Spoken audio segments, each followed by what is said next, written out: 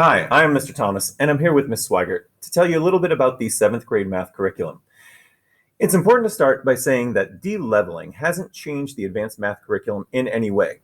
The only thing that has changed is the people that are given access to that curriculum. All of the 7th grade pre-algebra classes at Shaker are following the state guidelines for a compacted curriculum, which means we will work through all of the 7th grade math standards and half of the 8th grade standards in 1 year.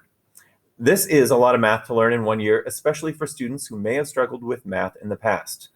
And when you combine that with the remote learning that we're doing during a global pandemic, we've been forced to look at new strategies to support every student in various ways. And I have to say that I'm really proud of the work that we've done. With de-leveling comes a wide range of academic ability within each one of our classrooms. To determine where each student is prior to the start of a unit, we have been administering pre-assessments. We are using the data from the pre-test to then drive our instruction and differentiate our lessons in order to reach every student. When we look at the data, we are trying to identify our students who fall into one of two categories: students who need additional support and students who need an additional challenge. In order to still stretch the students who need additional challenges, we are differentiating projects and providing enrichment activities. Nearly every week, we give an activity in place of, or sometimes in addition to, what we're currently working on in the classroom. Just this past unit, we were working on surface area and volume of 3D figures. Here is an example of the enrichment activity that we had posted for our students to work on. Students were to calculate the total volume of the sandcastle. In order to do so, they needed to research the formulas for volume of a sphere, cylinder, and cone. They also needed to research the Pythagorean theorem. Here's another example of a differentiated activity that we provided for students. While some students were still being introduced to the basics of equation solvings, other students demonstrated mastery of one-step equations and were ready to move on to more complex problems. Mr. Thomas is going to share with you the supports that we are providing to students who need additional support in our classrooms. So for those students that do need additional support, we've found ways to use the technology to give them that in a meaningful way.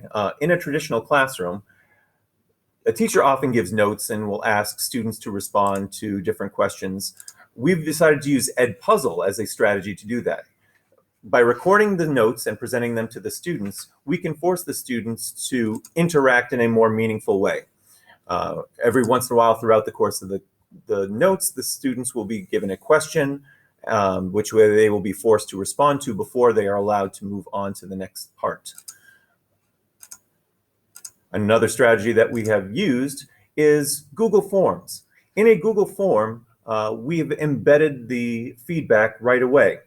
We know that there are students that need additional support both during and outside the classroom, and so the Google Forms allow them to get that feedback immediately.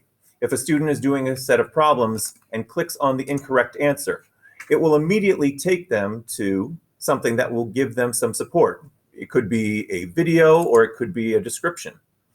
That video will teach them how to go back and try that problem again. And when they click to next, it will bring them right back to the original problem and give them a chance to correct their previous errors. Both 7th and 8th grade math departments have tackled de-leveling in similar ways. These are just a few of the strategies that we are currently using in our classroom. I'm now going to hand it over to Mr. Abraham, an 8th grade teacher, for him to continue to share some of the strategies that both grade levels are using.